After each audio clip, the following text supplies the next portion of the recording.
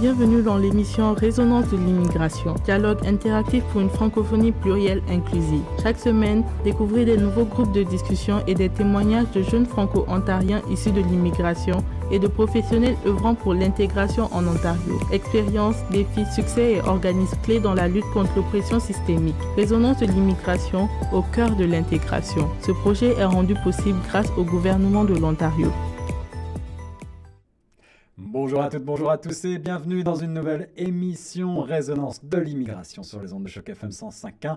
Dialogue interactif pour une francophonie plurielle inclusive. Tel est le sous-titre de cette toute nouvelle émission, un projet rendu possible grâce au gouvernement de l'Ontario, offrir des possibilités de célébrer la francophonie ontarienne et de favoriser la compréhension à son égard. Tel est un des objectifs de ce programme, une série de 12 émissions qui vont explorer des histoires, des témoignages, des perspectives de jeunes francophones issus de l'immigration. Et on aura également 12 autres émissions de groupe, cette fois, avec la participation de jeunes, mais également de professionnels du monde de l'éducation, de représentants d'organismes socioculturels francophones et de personnes plus généralement qui travaillent pour l'inclusion en français à Toronto et en Ontario.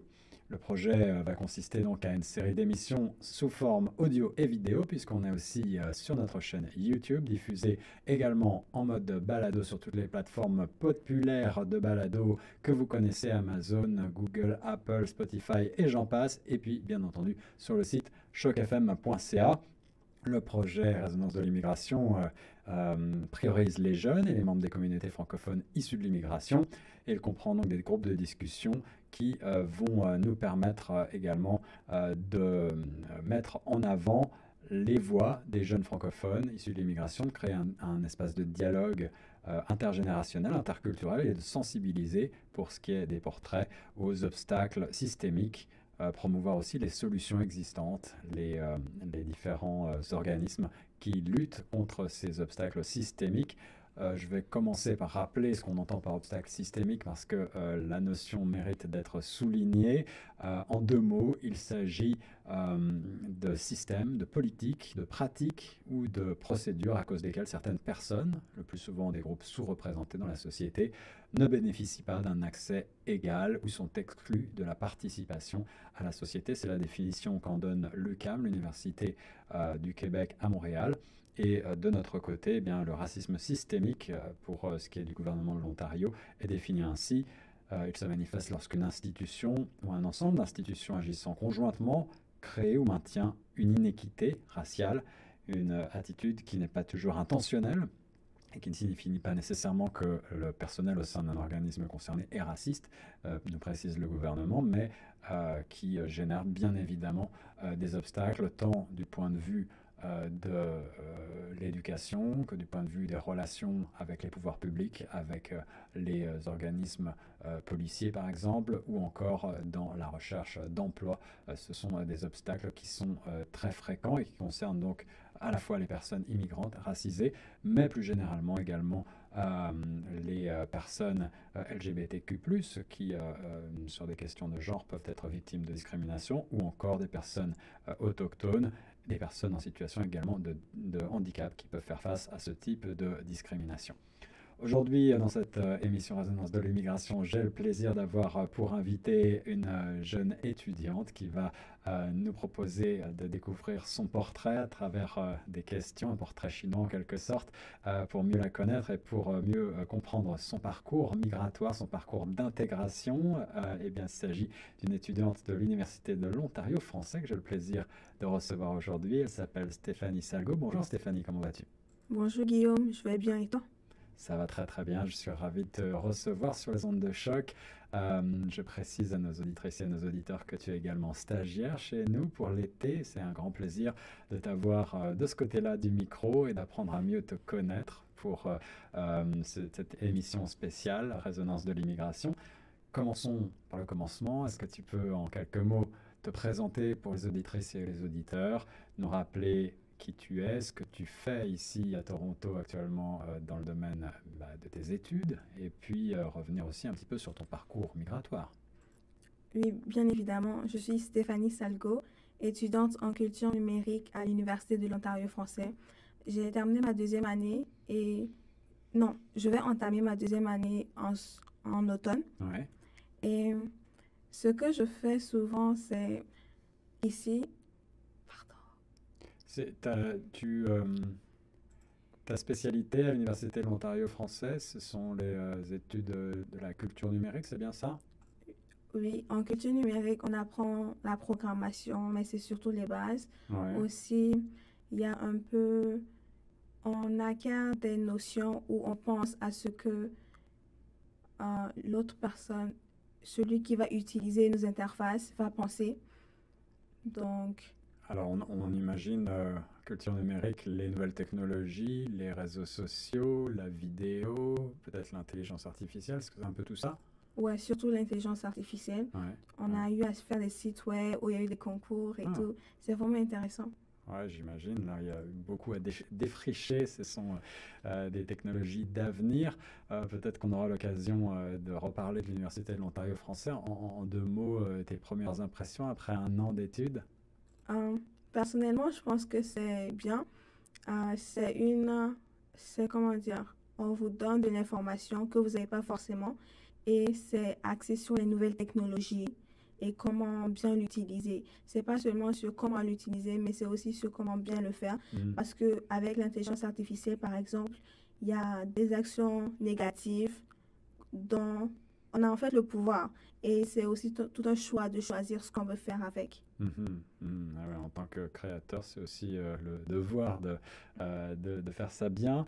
Je le disais, tu n'es pas né au Canada, tu as un parcours migratoire qui nous intéresse dans le cadre de cette émission Résonance de l'immigration, bien entendu. Alors, est-ce que tu peux revenir sur tes origines en quelques mots et ton processus d'immigration ici au Canada et à Toronto en particulier?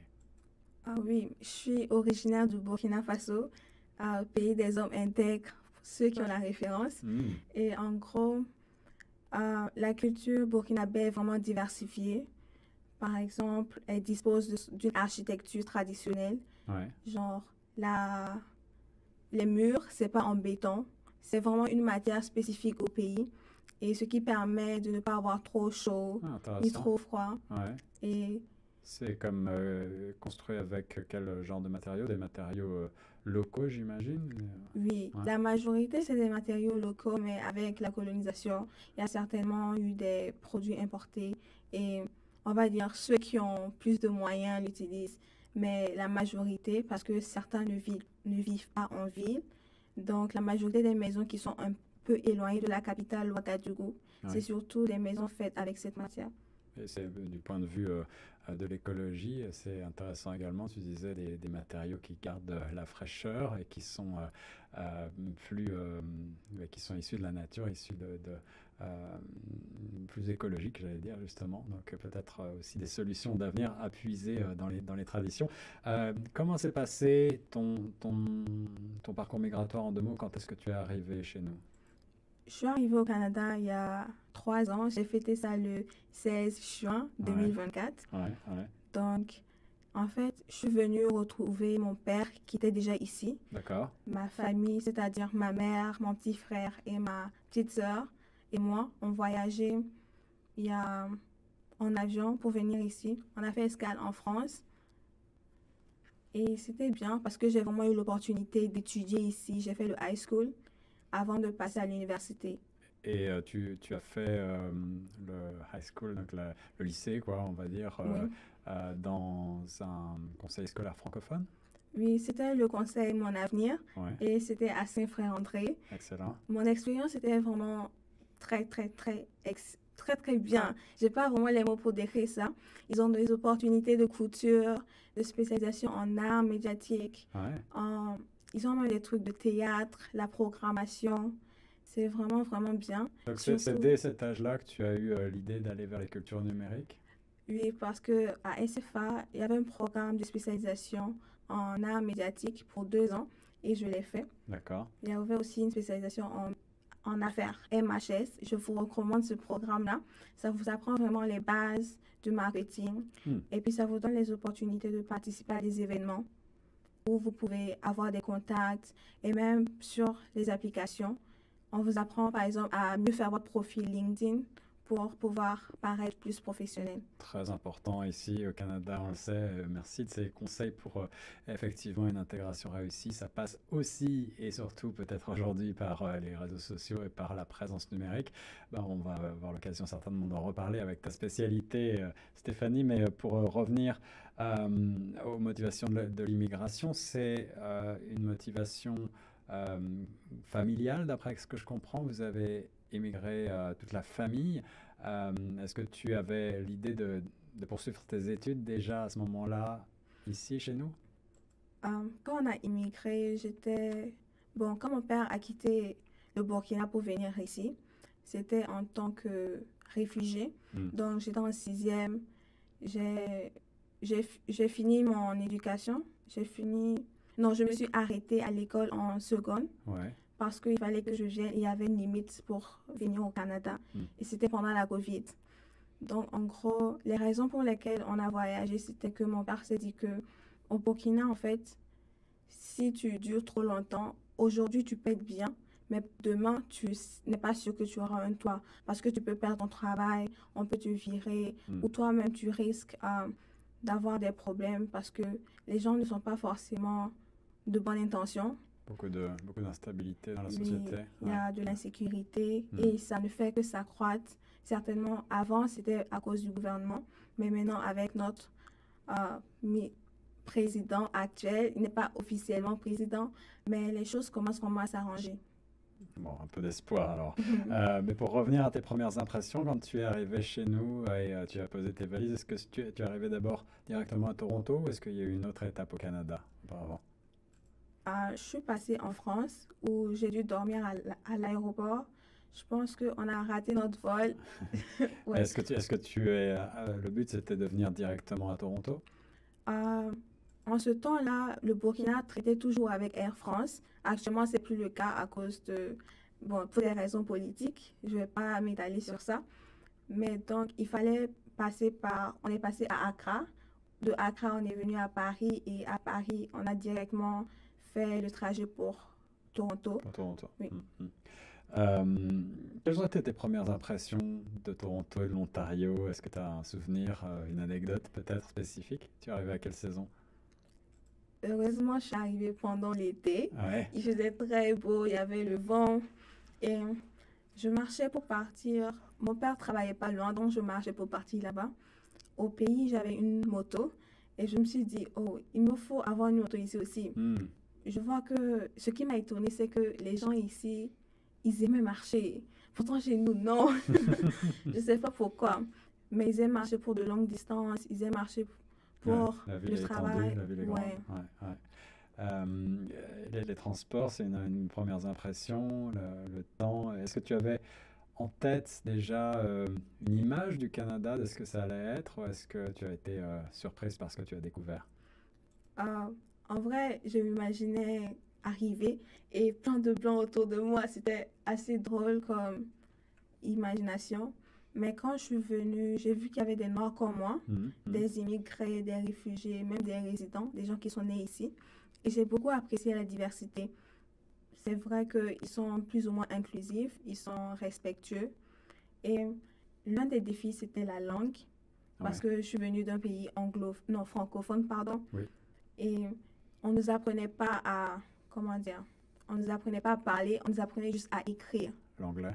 Oui. Oui, c'est un des grands défis qu'on retrouve très souvent chez les francophones d'une manière générale. L'anglais est plus ou moins bien appris, malheureusement, dans beaucoup de systèmes.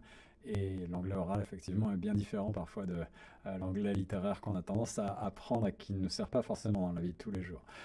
Si on parle d'adaptation et d'intégration, justement, dans cette émission Résonance de l'immigration, quel a été le plus grand défi ou quels ont été les plus grands défis que tu as rencontrés dans ton intégration, dans tes premières semaines, tes premiers mois en Ontario? Là aussi, est-ce que tu as peut-être une anecdote? Mais bon, l'un de mes premiers défis était la langue, comme je viens de le dire. Donc, dans mon école, c'était une école francophone, mais la majorité était bilingue. Donc, même pendant les cours, souvent entre amis, ils se parlaient en anglais. Ouais. Et les professeurs, bien évidemment, ils parlaient en français. C'était un peu difficile de s'intégrer, étant donné que tu ne comprenais pas quand ils venaient te parler en anglais. Et comme anecdote, j'ai eu une fois quelqu'un est venu me dire, oh, hello, comment tu vas? Et puis j'ai dit, hey, en continuant la conversation, il m'a demandé, how are you? J'ai dit, oui. Ouais, la C'était compréhension. un peu bizarre. Mais est-ce que je reviens sur ce que tu as dit tout à l'heure à propos de la multiculturalité de la ville de Toronto, une des villes les plus multiculturelles au monde, effectivement, là, c'est peut-être un atout considérable de notre belle ville qui est pas encore assez bien connue à l'international. Effectivement, on peut avoir une vision du Canada comme étant très uniforme, très blanc, très traditionnel au sens européen, et puis finalement se rendre compte qu'il y a des gens qui viennent de partout dans le monde, ici à Toronto, de toutes les cultures, toutes les couleurs de peau, de toutes les origines. Et c'est ce qui fait aussi notre force, c'est ce qu'on essaye de mettre en avant dans cette émission. Euh, pour ton parcours d'éducation, on en a déjà un petit peu parlé, mais justement, est-ce que au sein du système éducatif ici, francophone en particulier, bah, tu t'es intégré facilement dans ces établissements et tu as réussi à tisser des liens sociaux avec d'autres personnes issues de l'immigration aussi?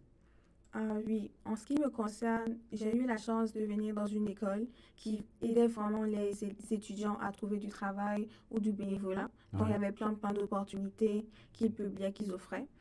Et grâce à mes professeurs et même mon directeur, parce que il n'y avait pas ce blocage-là où ceux qui sont supérieurs au niveau du poste ne peuvent pas parler aux élèves. C'était vraiment inclusif. ouais, ouais. Donc, le vice-directeur, M. Boulet, m'a même proposé de faire du bénévolat en tant que photographe officiel pour une Hmm, conférence avec toutes les écoles de mon avenir. Pendant excellent. 2 jours, tout était prépayé. Donc, j'ai vraiment adoré mon expérience. Ouais, J'ai eu à travailler pour un camp d'été grâce au centre francophone, ouais. avec la maison. À la Et maison, ouais, ouais, ouais, tous des organismes que je suis content de t'entendre citer. Je vois que tu as déjà beaucoup eh bien, fait ta place, fait ton nid dans le tissu des organismes francophones communautaires ici à Toronto, et on ne saura trop le répéter lorsqu'on est nouvel arrivant. Il est important de s'engager, de ne pas hésiter à aller à la rencontre des uns des autres, à aller se présenter à ces organismes, connaître leur programme, connaître la manière dont ils peuvent vous aider, et puis s'engager dans des formes de bénévolat qui sont toujours très gratifiantes parce qu'on y apprend beaucoup, on obtient de l'expérience, une expérience qui est reconnue par les employeurs ensuite au Canada, qui est valorisée, et puis c'est l'occasion aussi de faire des rencontres, de tisser des liens qui là aussi peuvent être très utiles dans le monde professionnel ensuite. On continue avec Stéphanie Salgo, mon invité pour cette émission Résonance de l'immigration, et on parle de langue maintenant avec ma question qui posera cette problématique de l'intégration par la langue. On le sait, le français, évidemment, c'est ta langue maternelle, donc ça n'était pas nécessairement un défi, mais tu nous as déjà parlé de la difficulté de la pratique de l'anglais. Est-ce que ça va mieux? Est-ce que tu as dû prendre des cours ou suivre des formations particulières? euh, j'ai dû prendre des cours. Et une fois, j'ai fait un test pour évaluer mon niveau. Et c'était quand même assez élevé. Et je pense que, en fait, dans l'environnement où j'ai évolué, j'ai plus été tentée par l'anglais. Hmm. Parce que même dans une école francophone, il y a d'autres personnes qui sont plus à l'aise avec l'anglais. Et il y a cet anglicisme-là quand tu essaies de parler en français qui revient. Surtout plus de temps que tu fais au Canada, plus de temps tu veux essayer d'être comme les autres, de pouvoir communiquer aussi comme eux. Mais malgré tout, tu as choisi de poursuivre tes études supérieures dans l'Université de l'Ontario français, en français, donc c'était un choix délibéré de ta part? Oui, c'est un choix personnel parce que je me suis dit, bon, j'ai commencé en français, j'ai terminé en français, même si d'autres personnes m'auraient recommandé l'inverse, par exemple ma famille, mes amis, mais je voulais pas faire comme les autres, je voulais vraiment suivre ma propre voie et suivre un chemin où je me sentais vraiment à l'aise. Ouais, ouais, je vois. Est-ce que, puisqu'on parle dans Résonance de l'immigration aussi de ces problématiques d'obstacles systémiques qu'on a définies au début, est-ce que tu as le sentiment que le français a pu constituer parfois un obstacle pour toi dans ton cheminement, dans ton parcours? Est-ce que le fait d'être francophone a pu être considéré comme un frein, a été mal vu peut-être par certains? Non, au contraire. Souvent, quand je dis je suis bilingue, je parle aussi français. Ouais. Ils sont étonnés. Ils disent, oh, tu parles vraiment le français, c'est bien. Ils me disent même souvent, oh, j'aurais vraiment aimé apprendre le français. J'ai des amis qui parlent français. Ça veut dire, ils connaissent vraiment la valeur de cette langue et on peut vraiment tirer à profit, par exemple, sur le CV. Tu mets que je suis bilingue. Plein d'organismes vont vouloir chercher à ce que tu travailles pour eux. Mais oui, le bilinguisme est un atout considérable et encore sous-évalué à mon sens dans notre société. C'est important de le souligner. Passons maintenant à une question autour du soutien communautaire que tu as pu obtenir lors de ton expérience de parcours d'immigrante. Tu as déjà évoqué un tout petit peu certains organismes, la maison, le centre francophone, mais peut-être que tu vas pouvoir nous en dire davantage. Est-ce que tu as bénéficié de certains soutiens, de certains programmes que tu as reçus de la part de ces organismes francophones locaux? Est-ce qu'il y a un organisme ou une personnalité en particulier à qui tu voudrais rendre hommage dans cette émission?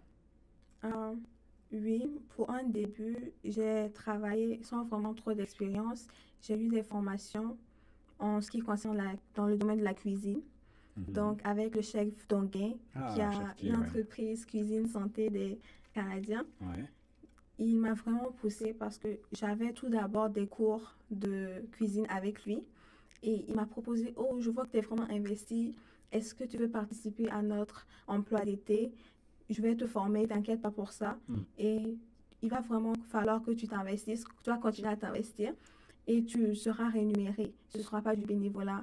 Donc, il m'a vraiment poussé. Ça a été, je pense, ma première carrière professionnelle. Ouais. Et grâce à ça, j'ai eu confiance en moi. J'ai eu quelques formations à mon acquis également. Mhm. Et j'aimerais vraiment les remercier. En Alors, chef plus, Guy, si tu nous écoutes, c'est toujours important, je trouve, d'avoir aussi des personnalités qu'on peut considérer un petit peu comme des mentors qui, comme tu l'as bien expliqué, nous donnent confiance en nous, confiance en ce qu'on peut faire et nous poussent à tirer un peu le meilleur. Parenthèse, est-ce que la cuisine est une de tes passions? ah oui, en tant qu'Africaine, j'aime manger, donc j'aime cuisiner également. Ouais. Donc c'est vraiment ça. Et j'ai bien aimé la cuisine canadienne. C'était vraiment diversifié. Par exemple, la poutine, même si la nourriture de chez moi me manque. Mais au Burkina, il y a plein de nourritures traditionnelles comme le souma, Mhm. le babenda. C'est vraiment des trucs qui sont peut-être euh, inconnus pour les Canadiens. Ouais, ouais. Mais j'aurais aimé vraiment qu'il y ait un organisme qui propose ces plats de chez nous pour se sentir un peu comme chez nous, mais à l'extérieur. Et c'est la question que j'allais te poser. Est-ce que à ta connaissance, il existe euh, une association ou même un restaurant ou un organisme qui rassemble un petit peu des cultures africaines et qui peut-être permet à des immigrantes et des immigrants comme toi de se sentir un peu plus proches de leurs racines culturelles? Est-ce que ça existe? Est-ce que tu connais quelque chose? Je connais des organisations, par exemple les communautés burkinabés. Il y a une communauté qui rassemble tous les Burkinabés au Canada, tous les Ivoiriens au Canada. Ouais, Par exemple, GAFO, je suis dans leur groupe sans pourtant être ivoirienne, mais je suis quand même assez proche de leur culture. Ils sont vraiment inclusifs. oui, Ils proposent des ateliers de théâtre et c'est financé par le gouvernement, bien évidemment. excellent. GAFO. Oui. Alors voilà, une bonne ressource peut-être à connaître pour nos auditrices et nos auditeurs. On mettra les liens sur la version podcast de cet enregistrement. On va passer à une question un petit peu plus difficile, évidemment, puisqu'on aborde ces obstacles systémiques avec la question du racisme et des discriminations. Est-ce que tu as été confronté à une forme de discrimination ou de racisme dans ton parcours, dans ton évolution ici au Canada? Et si oui, comment est-ce que tu as pu gérer ces situations? Malheureusement, oui. C'était surtout par rapport à mon visage. Il y a une tache noire sur mon visage. Certaines personnes ne le remarquent pas, mais pour ceux qui le remarquent et la majorité me pose la question, surtout s'ils ne le font pas le premier jour, ils le font le deuxième jour, ou même bien après, ils le font toujours. Donc Ah, une particularité physique, oui. moi, Ouais. donc ils me demandent, oh, d'où vient cette tache-là? Donc souvent je dis, oh, je me suis bagarrée. Souvent je dis, je suis née avec. Ça me permet d'imaginer des trucs et voir leur visage, c'est vraiment drôle. Au début, j'avais pas vraiment confiance parce que je me suis dit, oh non, je suis repoussante parce que j'ai cette tache sur le visage. c'est un peu une forme d'imperfection. Mais au fil des années, je me suis dit, je ne pourrais pas vivre comme ça toute ma vie. Il fallait vraiment que je prenne confiance en moi. Et j'ai suivi des formations en ligne, j'ai lu des livres audio et des podcasts. Hmm. Ouais. S'approprier aussi nos différences qui font parfois notre personnalité, notre force, c'est vrai. Mais est-ce que ça a été pour toi une source justement de discrimination, une forme de racisme? En tout cas, tu l'as ressenti comme tel? Ouais, je l'ai Ouais. ressenti surtout parce que j'avais plus confiance en moi. Hmm. Et à un moment, on portait des masques parce que c'était pendant Covid. Quand on a dû arrêter ça, c'était un peu du genre, oh non, les gens vont voir mon visage. C'était vraiment, pendant ce temps-là, c'était vraiment une mauvaise période. Et on n'en a pas vraiment parlé, mais tu es arrivé, d'après ce que j'ai cru comprendre, à peu près dans la période du Covid. Est-ce que la situation, en tant que nouvelle arrivante, en tant qu'immigrante récente, est-ce que tu l'as vécu d'une manière particulière? Est-ce que ça a été difficile, tu as trouvé, de t'intégrer, de te faire des relations dans cette période où on avait du mal à sortir, à rencontrer des gens? Euh, Pas vraiment parce qu'on était à la maison et on faisait des cours en ligne. Donc, étant donné que j'avais pas été en présentiel pour longtemps et que je parlais pas anglais comme les autres, je pouvais pas vraiment discuter avec ces personnes-là qui parlent anglais couramment, Hmm. qui sont nées avec. Hmm. Donc, c'était vraiment difficile. Et heureusement, il y avait une amie, Merline. Elle m'a vraiment beaucoup soutenue et grâce à elle, j'ai rencontré d'autres merveilleuses personnes. Chaque fois quand je parlais, j'avais un accent là. Elle riait beaucoup et là, ça me faisait mal, mais après, elle me montrait comment il fallait le dire et ça, j'ai beaucoup apprécié. Hmm. L'honnêteté. Donc, pas trop d'isolation, de sentiment d'isolement malgré la pandémie, d'après ce que je comprends. C'est bien. Tu anticipes un peu sur ma prochaine question sur les expériences positives cette fois que tu as pu traverser depuis ton arrivée en fait, et ces rencontres en font partie. Est-ce que tu as une autre anecdote peut-être à nous mentionner? Oui, le français m'a permis de travailler à Oasis, Centre des femmes, Ouais. où la femme est mise en avant, où ils essaient de lutter contre toute forme de violence envers les femmes. Oui. J'ai eu à travailler là-bas pour un emploi d'été et en vrai, je vous recommande si vous avez quelques problèmes que ce soit, si vous êtes une femme ou vous vous considérez comme une femme, entre au moins 16 ans, vous pouvez partir les voir. Ils ont plein d'activités à vous offrir, plein de bénévolat Mhm. et même vous pouvez devenir ambassadrice. On vous forme, vous pouvez ajouter à votre CV, le transport est offert. Il y a même souvent des ateliers en ligne pour ceux qui ne peuvent pas se déplacer. Ils essaient vraiment de donner du pouvoir à la femme. Et j'ai bien aimé mon expérience là-bas et j'aurais pas pu travailler là-bas sans avoir le français.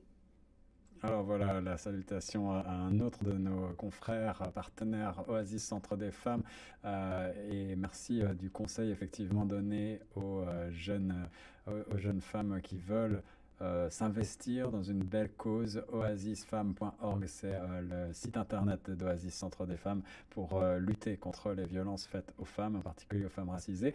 On continue avec la question des contributions culturelles que tu pourrais avoir amené avec toi. Est-ce qu'il y a un élément de ta culture que tu ressens avoir amené avec toi, que tu as en toi, que tu utilises au quotidien en quelque sorte? Est-ce que tu as le sentiment que ta culture, d'une certaine manière, enrichit celle de la culture locale, de la culture francophone locale en particulier? Oui, déjà, il y a quelques... Déjà, niveau aspect nourriture, donc j'ai amené par exemple du sésame. Et dans ma culture à moi, je suis une jumelle. Donc, j'ai un jumeau, Stéphane, Stéphanie. Dans ma culture à moi, quand tu es une jumelle, tu dois toujours avoir du sésame chez toi. Peu Ah oui. importe que ce soit en petite quantité ou non. Ouais. Qu'est-ce que ça symbolise le sésame dans la culture burkinabé? Je sais pas trop, mais pour moi, ma grand-mère insistait à ce que je prenne un sachet pour partir. Apparemment, ça va me protéger. Ok. Dans ma langue, ça va me protéger de Zina. Dans ma langue, c'est Zina, mais c'est un peu comme les mauvais esprits. Ok. C'est intéressant. Est-ce que pour peut-être aider les auditrices et les auditeurs à mieux connaître ta culture, il y a, j'imagine, plusieurs ethnies, plusieurs sous-groupes. Est-ce que tu veux nous en dire un petit peu plus sur tes origines à toi? Oui, je suis Mossi, mais j'ai des origines un peu mélangées, D'accord. un peu de la royauté, parce que ma mère, ce qu'elle me racontait, c'est qu'on est descendant d'une famille royale et qu'il y avait deux frères. Donc, il y a un qui devait avoir le pouvoir et l'autre, il voulait tellement le pouvoir que, comme il ne pouvait pas l'avoir, il a décidé de partir, créer sa propre communauté. Hmm. C'est de là que est né les Compaorés, les descendants des Compaorés, tout, tout, tout. Et dans ça, je pense que j'ai les cheveux un peu lisses comme les Peuls, donc j'ai aussi des origines un peu Peuls, mais pas D'accord. vraiment. Ouais, C'est ouais. un peu un mixage, une métisse. J'aime bien. Très intéressant. On passe à cette question des groupes de discussion qu'on organise avec des organismes tels que ceux que tu as cités tout à l'heure, ou des discussions telles que celles qu'on est en train d'avoir dans le cours de cette émission. Est-ce que tu penses que ces initiatives favorisent le dialogue interculturel? De quelle manière est-ce que tu as eu l'occasion de participer à d'autres formes de dialogue, peut-être avec Oasis, peut-être avec la maison ou le centre francophone que tu as mentionné tout à l'heure? Oui, je pense que cette initiative permet vraiment aux jeunes de s'exprimer, d'un peu donner de ce qu'ils sont et aussi de recevoir parce que on ne connaît pas tout, comme ce que Ahmad, il est à... J'ai oublié l'organisme. Ahmad, Est-ce que c'est Aquaba Community? non, Um, Ahmad, à Taïbou. à Taïgou, oui. Une fois, j'ai fait une interview avec Ahmad de l'organisation Taïbou Taïgou. et il m'a dit qu'on ne connaît pas tout. Et c'est vraiment important de faire ce genre d'activité pour pouvoir apprendre des autres également. Et comme expérience de discussion, j'ai eu à faire une activité avec d'autres ambassadrices à la maison Ouais. où on nous a donné une formation sur le féminisme. On nous a donné vraiment des outils sur la santé mentale également. Et je recommande, j'espère qu'ils vont le faire plus souvent et que plus d'organismes aussi le feront. Alors, on va s'empresser de donner un petit peu plus de références aux organismes qui ont été mentionnés. Bonjour à Amat, s'il nous écoute. Taïbou, centre communautaire de santé. Hein, c'est un organisme effectivement qui offre des soins de santé primaires à la communauté noire du Grand Toronto. Pour en savoir plus, il faut aller sur taibouchc.ca. Et puis la maison qu'on avait déjà mentionnée tout à l'heure, c'est la maison-toronto.org, hébergement des femmes francophones avec plusieurs services d'urgence, notamment sécuritaires pour les femmes francophones, effectivement à Toronto. Un organisme également, une belle cause qui est importante de souligner. On reste dans les organismes et dans les témoignages. Cette fois, est-ce qu'il y a une personne, une personnalité ou un événement qui t'a particulièrement marqué et inspiré dans ton parcours ici migratoire? Oui, une des personnes vraiment que j'ai appréciées, c'est Madame Loza. Estelle Loza, Oui. professeure ici à Saint-Frère-André. Saint-Frère-André. Donc, elle m'a vraiment incité à faire du mieux que je peux. Déjà, elle participait pas, mais elle animait le programme MHS et c'est elle qui m'a permis de rencontrer la maison pour la première fois. D'accord. Parce que j'ai fait une exposition d'art où il y avait des messages pour sensibiliser contre la violence faite aux femmes à l'UF. Donc, elle m'a vraiment donné les clés. Chaque fois que j'avais besoin de faire un projet, Ouais. elle me dit, oh, Stéphanie, oui, je connais cette personne-là, cette personne, et puis je te conseille de faire ci, ça, surtout dans la rédaction, parce que on aime plus parler le français, mais souvent c'est difficile de savoir l'écrire correctement. Elle rédigeait mes poésies, elle me donnait plein de conseils, et elle m'a même donné l'opportunité de faire une vidéo promotionnelle pour le programme MHS, métier haute spécialisation. Voilà, eh bien, comme je le disais, toujours le rôle très important des mentors, Estelle Loza, professeur au Conseil scolaire Mon Avenir ici à Saint-Frère-André. Merci beaucoup de mentionner cet apport très important pour la jeunesse, pour la relève francophone. Ça passe avant tout par des professeurs engagés, effectivement. Et je constate aussi avec plaisir qu'il y a beaucoup de passerelles dans ton histoire, dans ton parcours, entre le monde de l'éducation et le monde professionnel. En fait, il y a beaucoup de fois où on t'a conseillé, on t'a permis de rencontrer des gens qui ont pu ensuite te permettre de développer ton parcours professionnel. Et ça, c'est vraiment très important aussi d'avoir ces ponts et de développer des connexions pour que le monde de l'éducation ne reste pas complètement clos, mais qu'il soit bien appliqué à la société civile.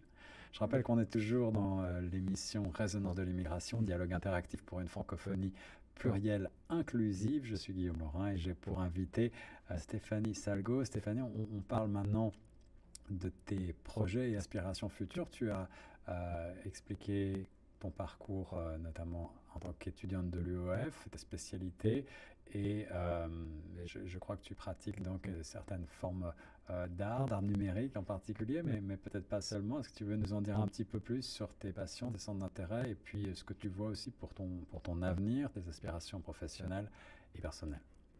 Mes centres d'intérêt, c'est plus le design, donc toute forme de design et d'art. Ça a été principalement ce que j'ai fait depuis que je suis au Canada. Et ça m'a vraiment émerveillée parce que j'avais pas ça dans mon pays d'origine, qui est le Burkina Faso. Donc, ce que je veux vraiment faire comme dans le futur, ce que je prévois de faire, c'est d'avoir ma propre entreprise. Donc, pour ce faire, j'essaie de prendre des expériences d'un peu partout, à la radio, à la maison. Une entreprise, donc un avenir d'entrepreneuse. Ici à Toronto, où est-ce que tu te vois voyager et dans quel domaine est-ce que tu voudrais plus précisément développer tes compétences? Parce que le design, ça peut être design industriel, ça peut être du design numérique en ligne. Voilà, pour les auditeurs, qu'est-ce que tu entrevois? Mon rêve, c'est vraiment de voyager. Donc, j'aurais d'abord aimé baser mon entreprise ici. J'ai vu que ici à Choc FM, vous avez ma carte d'affaires, Desra Production, en noir et blanc. C'est vrai que ce n'est pas encore peaufiné, mais déjà, je propose des services de photographie, de vidéographie et même des logos souvent. Donc, je suis un peu dans le numérique et le format avec lequel j'aimerais proposer mes services est le numérique parce que c'est vraiment mondial et ça me permettrait de me déplacer juste pour la formalité et de faire mon travail, ce que j'aime un peu partout dans le monde. Et ben voilà, un jeune talent qu'on aura plaisir à voir grandir et n'hésite pas à nous revenir avec tous les détails lorsque tu seras établi. On te souhaite beaucoup de succès. Pour revenir à la société ontarienne et à ses défis sur les questions d'obstacles systémiques, est-ce que tu entrevois des changements que tu aimerais voir venir pour améliorer l'inclusion et l'intégration justement des immigrants dans la communauté ontarienne? Quel serait le message ou quels seraient les messages que tu voudrais faire passer aux instances gouvernementales en particulier? Ce que j'aimerais vraiment, c'est qu'il y ait plus d'organismes pour soutenir les immigrants. Je sais qu'il y a déjà Centre francophone, la Maison Oasis, mais pas seulement parce que l'idéal, ce serait d'en faire plus et d'améliorer ce qui est déjà. Par exemple, le Centre francophone, il propose des services, mais pour être honnête, c'est un peu lent. Donc, peut-être employer plus de personnes pour les aider à améliorer leurs compétences, à les former peut-être plus, et puis à proposer de meilleurs services. Sur l'aspect en particulier de l'intégration professionnelle, l'accompagnement pour les jeunes, c'est vraiment très important, effectivement. Les organismes existent, c'est ça le message, mais plus de financement serait certainement garantie de plus d'efficacité. Est-ce qu'il y a d'autres points que tu vois dans les changements au niveau de la société, d'une manière générale? On n'a pas forcément abordé énormément ces points-là, mais on l'a dit, Toronto est une ville plutôt accueillante et inclusive, mais est-ce que tu penses qu'il y a encore du travail à faire pour lutter contre toutes les formes de discrimination? Certainement, oui, parce que on n'est jamais assez inclusif. Donc, ce serait vraiment bien, comme je l'ai dit, d'avoir plus d'organisation et aussi d'avoir peut-être changé les mentalités. Parce que certaines personnes, ceux qui font le racisme, souvent intentionnellement ou sans le savoir, ils savent pas vraiment qu'ils font du mal à l'autre. Et c'est quand même rester un peu dans sa bulle, c'est rester, comment dire, pas ouvert d'esprit que de penser que entre les races, il y a une infériorité ou une supériorité. C'est vrai que certaines personnes excellent dans un domaine, mais d'autres aussi peuvent exceller. Par exemple, l'informatique. Quand je vois une personne noire qui dit, j'ai rencontré une personne qui travaille pour Uber, mais en parallèle, elle est à temps plein dans la production de médicaments. Elle fait les tests et puis elle aimerait travailler dans l'aviation. Donc, c'est vraiment de donner espoir à ces jeunes-là de pouvoir, pour leur dire, vous pouvez le faire. Ces personnes l'ont pu, donc vous aussi. Et justement, quel message est-ce que tu voudrais transmettre plus précisément aux jeunes francophones, toi précisément, ceux issus de l'immigration qui écoutent cette émission? Est-ce que tu aurais un conseil en particulier à leur donner? Oui, mon conseil, ce serait de ne jamais rêver petit. Et si vous avez vraiment un objectif, vous n'avez pas besoin d'avoir plusieurs objectifs. Si vous voulez vraiment réaliser quelque chose, choisissez un objectif. Et petit à petit, chaque jour, vous faites au moins une action pour pouvoir réaliser ce grand projet que vous avez. C'est vraiment d'avoir un projet en tête et de foncer, peu importe quoi. Parce que si tu veux réaliser quelque chose, il ne faut pas seulement penser à ce que tu vas avoir, mais à ce que aussi tu vas donner. Il faut donner ton temps, il faut donner ton argent. Il faut aussi souvent sacrifier certains plaisirs. Par exemple, tu aurais aimé sortir avec tes amis, mais au lieu de ça, tu dois rester travailler sur ton site web, par exemple. Il faut vraiment se donner les moyens pour réussir. Et je pense que le Canada, qui a aussi un bon programme éducatif, vraiment met à disposition les outils pour cela. J'aime beaucoup ce message et cet état d'esprit, à la fois positif et entreprenant. Effectivement, c'est très inspirant, je pense. Stéphanie, merci pour ces bons mots. Revenons sur les problématiques des obstacles systémiques, si tu veux bien un instant. Quelles solutions concrètes est-ce que tu imaginerais pour surmonter ces obstacles systémiques rencontrés par les immigrants? Est-ce que tu peux en entrevoir certaines? On n'est pas là pour trouver nécessairement la solution miracle, mais on a parlé évidemment des problématiques de financement. Est-ce qu'il y a d'autres choses qui te viennent en tête pour lutter collectivement ou individuellement ou au niveau des gouvernements contre toutes les formes de discrimination qui existent encore aujourd'hui? C'est peut-être dès le début, quand déjà ces immigrants arrivent, on leur dit, si vous avez un problème de discrimination, de racisme, voici les ressources que vous pouvez utiliser. Parce que ce n'est pas que les ressources n'existent pas, mais c'est plus souvent qu'elles ne sont pas connues ou qu'elles ne sont pas partagées. On minimise souvent l'impact que ces organismes ont dans la communauté. Donc déjà, par exemple, je prends juste un exemple, la personne descend de l'aéroport, on lui donne tout un truc, toute une ressource. OK, si tu as cette situation, il faut que tu appelles ci ou là. Donc, c'est vraiment de donner l'information pour qu'ils sachent que c'est pas normal, ces comportements que la société a souvent à leur égard.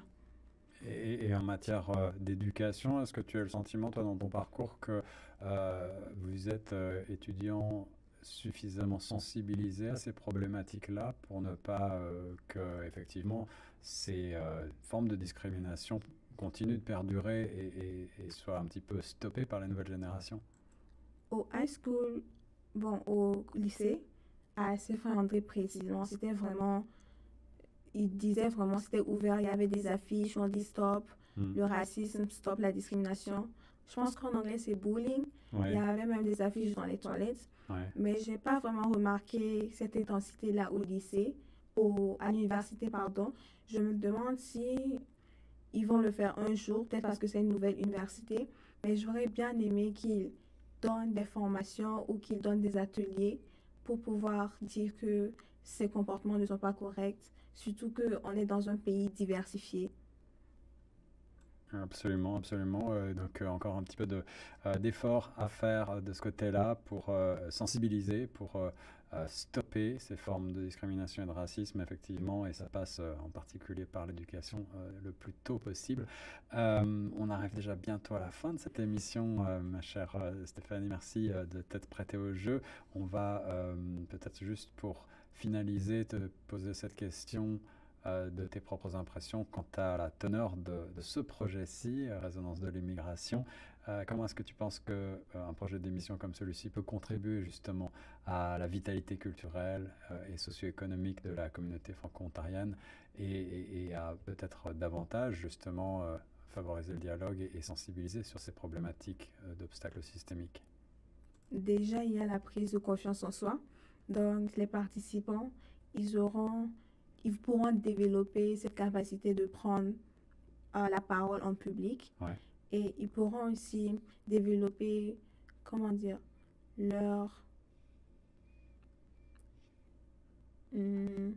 ils pourront aussi développer leur contenu, par exemple, ce qu'ils vont dire, leurs arguments, parce que c'est pas vraiment facile de trouver un argument quand tu penses que tu es sous pression ou que plein de personnes te voient. Donc, il y a aussi cet aspect-là. Il y a aussi l'aspect de découverte. C'est une nouvelle expérience, c'est un peu comme le théâtre. Et j'aime beaucoup m'exercer à faire ça, même si je trouve que c'est un peu difficile. C'est une première pour toi, je pense. Donc, c'est toujours un petit peu plus difficile, effectivement, mais tu s'en sors très, très bien. Merci beaucoup d'avoir participé à Résonance de l'immigration, dialogue interactif pour une francophonie plurielle inclusive sur les ondes de Choc FM 105.1, un projet rendu possible grâce au gouvernement de l'Ontario. Merci beaucoup, c'était Guillaume Laurin avec vous et comme invité Stéphanie Salgo, étudiante à l'UOF. Merci beaucoup Stéphanie. Merci. Vous écoutiez Résonance de l'immigration, dialogue interactif pour une francophonie plurielle inclusive sur les ondes de Choc FM 105.1. Pour retrouver l'ensemble des épisodes en mode balado, rendez-vous sur chocfm.ca ou en vidéo sur YouTube.